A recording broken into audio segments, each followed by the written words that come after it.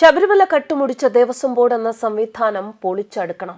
സ്വർണ്ണക്കൊള്ളയ്ക്ക് പുറമെ ആചാരങ്ങളും വഴിപാടുകളും ദേവസ്വം ബോർഡ് ദുരുപയോഗം നടത്തി എന്നാണ് എൻഫോഴ്സ് ഡയറക്ടറേറ്റിന്റെ അന്വേഷണം വെളിപ്പെടുത്തുന്നത്.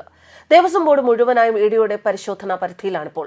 ഇഡിയുടെ പ്രാഥമിക അന്വേഷണത്തിൽ തന്നെ സ്വർണ്ണപ്പാളി കവർച്ച മാത്രമല്ല ശബരിമലയിൽ നടന്നതെന്നും സാമ്പത്തിക ക്രമക്കേടുകളും തട്ടിപ്പുകളും നടന്നതായും വ്യക്തമായിരുന്നു.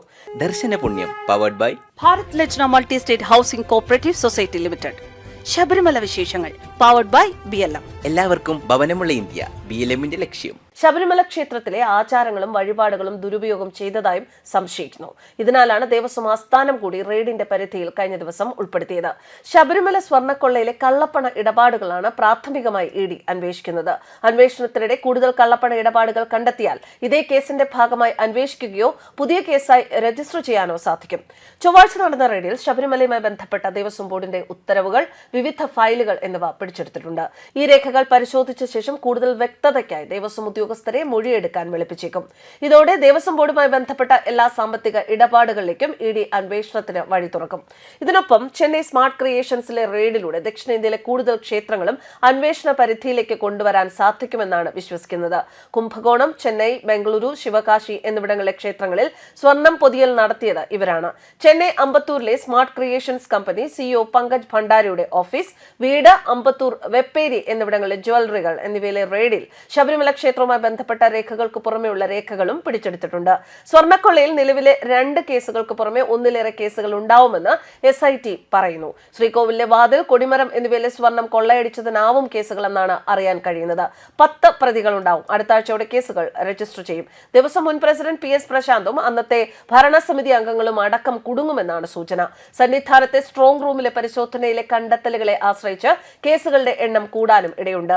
തെളിവെടുപ്പ് അടക്കം പൂർത്തിയായതിനാൽ അറസ്റ്റിലായ പ്രതികളിൽ ഗുരുതര കുറ്റങ്ങൾ ചെയ്യാത്തവരുടെ ജാമ്യത്തെ SIT എതിർക്കില്ല. പാളികളുടെ ശാസ്ത്രീയ പരിശോധന നടത്തിയ VSSCയിലെ ശാസ്ത്രജ്ഞരുടെ മൊഴിയും ഉടൻ രേഖപ്പെടുത്തും. തുടർന്നാകും കൂടുതൽ അറസ്റ്റുകൾ. പ്രതികൾക്ക് കേരളത്തിന് അകത്തും പുറത്തുമുള്ള ബന്ധങ്ങൾ, നടത്തിയ സാമ്പത്തിക ഇടപാടുകൾ, സൗഹൃദങ്ങൾ തുടങ്ങിയവയെക്കുറിച്ചുള്ള വിവരങ്ങൾ ലഭിച്ചുവെന്ന് ED സൂചിപ്പിച്ചു. സന്നിധാനത്തെ ദേവസ്വം ഓഫീസുകൾ, ദേവസ്വം ബോർഡ് ആസ്ഥാനം, പോറ്റിയുടെ തിരുവനന്തപുരത്തെ വീട്, ബോർഡ് മുൻ പ്രസിഡന്റ് A പത്മകുമാറിന്റെ ആറന്മുളയിലെ വീട്, മുരാരി ബാബുവിന്റെ ചങ്ങനാശ്ശേരിയിലെ വീട്, ബോർഡ് മുൻ പ്രസിഡന്റ് N വാസുവിന്റെ തിരുവനന്തപുരത്തെ വീട്, ചെന്നൈ സ്മാർട്ട് ക്രിയേഷൻസിന്റെ ഉടമ പങ്കജ് ഭണ്ഡാരിയുടെ ഓഫീസ്, വീട്, കർണാടക ബെല്ലാരിയിലെ സ്വർണ്ണ വ്യാപാരി ഗോവർദ്ധന്റെ വീട് തുടങ്ങിയ ഇടങ്ങളിലായിരുന്നു റെയ്ഡ്. പ്രതികളുടെ ബാങ്ക് അക്കൗണ്ടുകൾ, പണമിടപാടുകൾ എന്നിവയുമായി ബന്ധപ്പെട്ട ചില കേന്ദ്രങ്ങളും പരിശോധനകൾ നടന്നിട്ടുണ്ട്. ശബരിമലയിൽ ദേവസ്വം ഉദ്യോഗസ്ഥരെ ഒഴിവാക്കിയായിരുന്നു ED പരിശോധന. സ്വർണ്ണക്കൊള്ളയിലെ കള്ളപ്പണ ഇടപാട് തന്നെയാണ് മുഖ്യമായും അന്വേഷിക്കുന്നത്. വിജയ് മല്യ സ്വർണം പൊതിഞ്ഞ് സന്നിധാനത്തെ സ്ട്രോങ് റൂമിൽ സൂക്ഷിച്ചിരിക്കുന്ന കട്ടളകൾ SIT തൂക്കി നോക്കി.